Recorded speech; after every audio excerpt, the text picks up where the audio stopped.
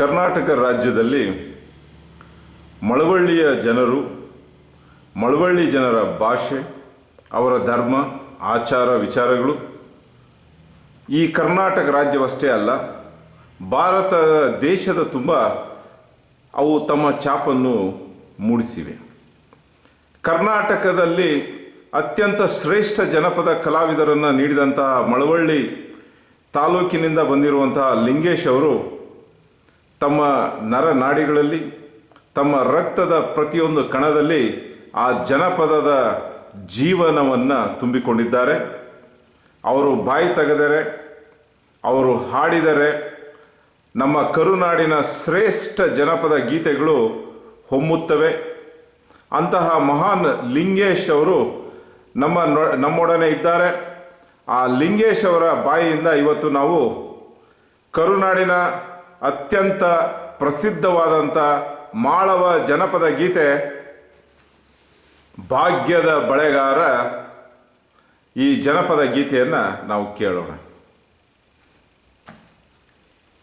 ಭಾಗ್ಯದ ಬಳೆಗಾರ ಹೋಗಿ ಬಾನಂತವರಿಗೆ, ಭಾಗ್ಯದ ಬಳೆಗಾರ ಹೋಗಿ ಬಾನಂತವರಿಗೆ, ನನ್ನ ತವರಿಗೆ, ನನ್ನ ತವರಿಗೆ, ನನ್ನ ತವರಿಗೆ, ನನ್ನ ತವರಿಗೆ, ಭಾಗ್ಯದ ಬಳೆಗಾರ ಹೋಗಿ ಬಾನಂತವರಿಗೆ, ಭಾಗ್ಯದ ಬಳೆಗಾರ ಹೋಗಿ ಬಾನಂತವರಿಗೆ.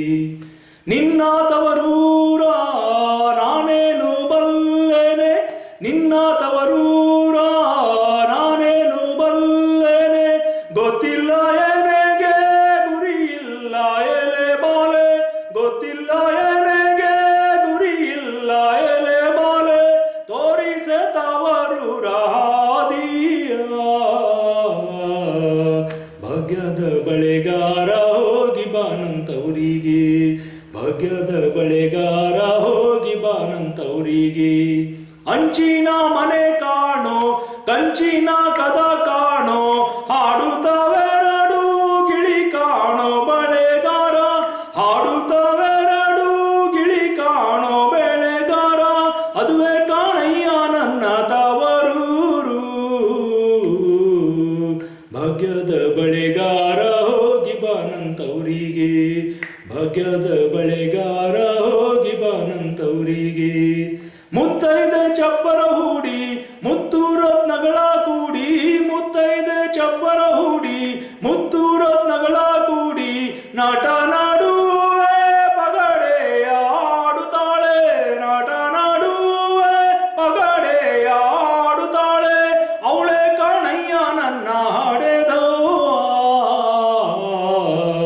ಭಾಗ್ಯದ ಬಳೆಗಾರ ಹೋಗಿ ಬಾನಂತವರಿಗೆ, ಭಾಗ್ಯದ ಬಳೆಗಾರ ಹೋಗಿ ಬಾನಂತವರಿಗೆ.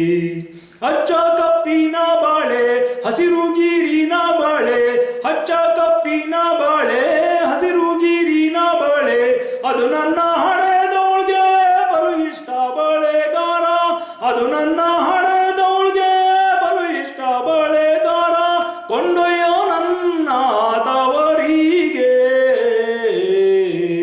ಭಾಗ್ಯದ ಬಳೆಗಾರ ಹೋಗಿ ಬಾನಂತವರಿಗೆ, ಭಾಗ್ಯದ ಬಳೆಗಾರ ಹೋಗಿ ಬಾನಂತವರಿಗೆ, ಭಾಗ್ಯದ ಬಳೆಗಾರ ಹೋಗಿ ಬಾನನ್ನ ತವರಿಗೆ.